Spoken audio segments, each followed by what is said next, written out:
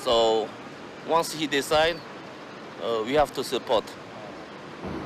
Are you interested in succession?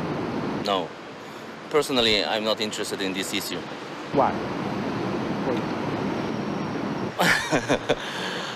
Sorry, I'm not interested in the politics.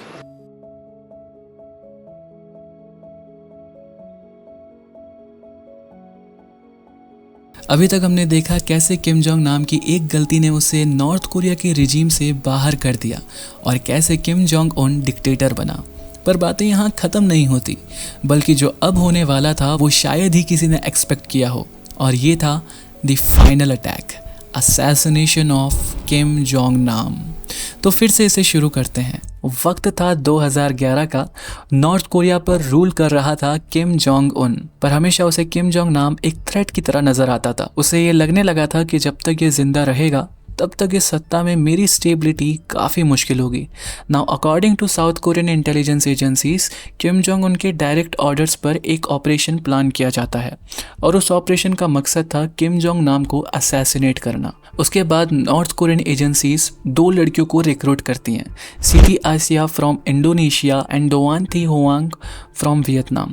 होता है कि इन्हें कंटेंट क्रिएटर का एक कवर दिया जाता है और इनका जो कंटेंट होता है वो बेसिकली प्रैंक के लिए डिज़ाइंड होता है। जोंग नाम को असैसिनेट करने के लिए महीनों पहले ही इनकी ट्रेनिंग करवाई जाती है, जिसमें इन्हें कैसे किम जोंग नाम को असैसिनेट करना है इसे बताया जाता है।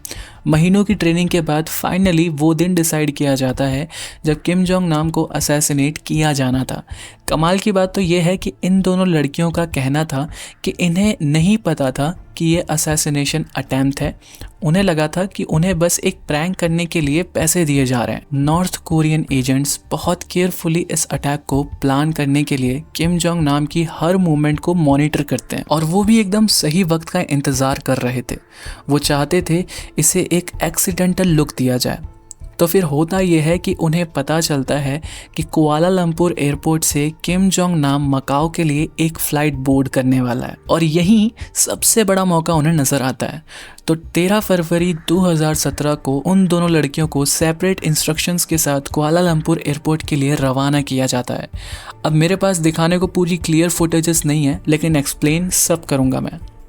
तो किम जोंग नाम जब एयरपोर्ट पर पहुंचता है तो वो चेक इन करने के लिए डिपार्चर हॉल की तरफ बढ़ता है। कुछ आर्टिकल्स के अनुसार वहां पर कोरियन एजेंसीज के द्वारा एक और औरत को डिप्लॉय किया गया था। वो औरत एज प्लान्ड किम जोंग नाम का ध्यान बटाती है।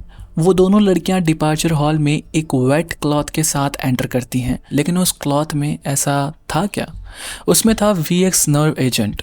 शॉर्ट में बताऊं तो देखो, जब भी हम अपने हैंड्स या बॉडी के किसी भी पार्ट को मूव करते हैं तो हमारा ब्रेन सिग्नल देता है उस पार्ट को, और जब वो पार्ट मूव हो जाता है और मूवमेंट कंप्लीट हो जाती है तब वो पार्ट ब्रेन के द्वारा दिए गए सिग्नल्स को डिस्ट्रॉय कर देता है, क्योंकि अब उसे नीड नहीं है और मूव करने की। लेकिन अगर VX नर्व एजेंट ऐसे किसी भी पार्ट पर लगा दिया जाए तो ब्रेन का एक सिग्नल उस पार्ट पर जाता तो है, लेकिन वो पार्ट कभी भी भेजे गए सिग्नल्स को स्टॉप नहीं कर पाता और डिस्ट्रॉय नहीं कर पाता। अब देखो, आप हमेशा तो एक मसल को कंटिन्यूसली काम नहीं करवा सकते ना बिना रिलैक्स दिए, तो फिर आपका नर्वस सिस्टम इससे डैमेज हो जाता है और फाइनली आपका ब्रेन सिग्नल्स सेंड नहीं कर पाता, तो ब्रेन जो है वो डेड हो जाता है और आप भी ऐसी कंडीशन में मरने की हालत में आ जाते हो।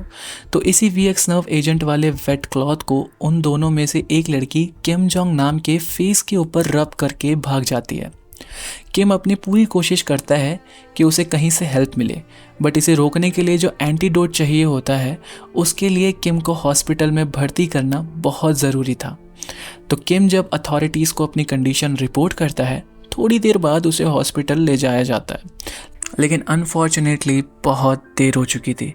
रास्ते में जाते जाते किम जोंग उन का बड़ा भाई the wanted dictator of north Korea की डेथ हो जाती है और ऐसे अंजाम दिया जाता है दुनिया के सबसे carefully planned and one of the dangerous assassination को।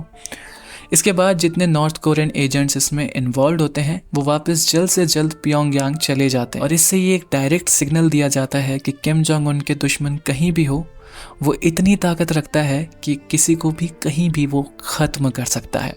उन दोनों फीमेल्स को गिरफ्तार किया जाता है, लेकिन एविडेंसेस ना होने के कारण और उनकी ये कहानी कि उन्हें इसका कोई अता पता नहीं था, वो बस एक प्रैंक कर रही थी, उन्हें रिहा कर दिया जाता है और ऐसे अंत होता है इस असैसिनेशन की एक वारदात का। आगे किस टॉपिक पर वीडियो बनानी चाहिए आप कमेंट सेक्शन में बता सकते हो। मिलते हैं आपसे अगली वीडियो में, और अगर ये चैनल पसंद आया हो तो do subscribe, like and share this video. शुक्रिया।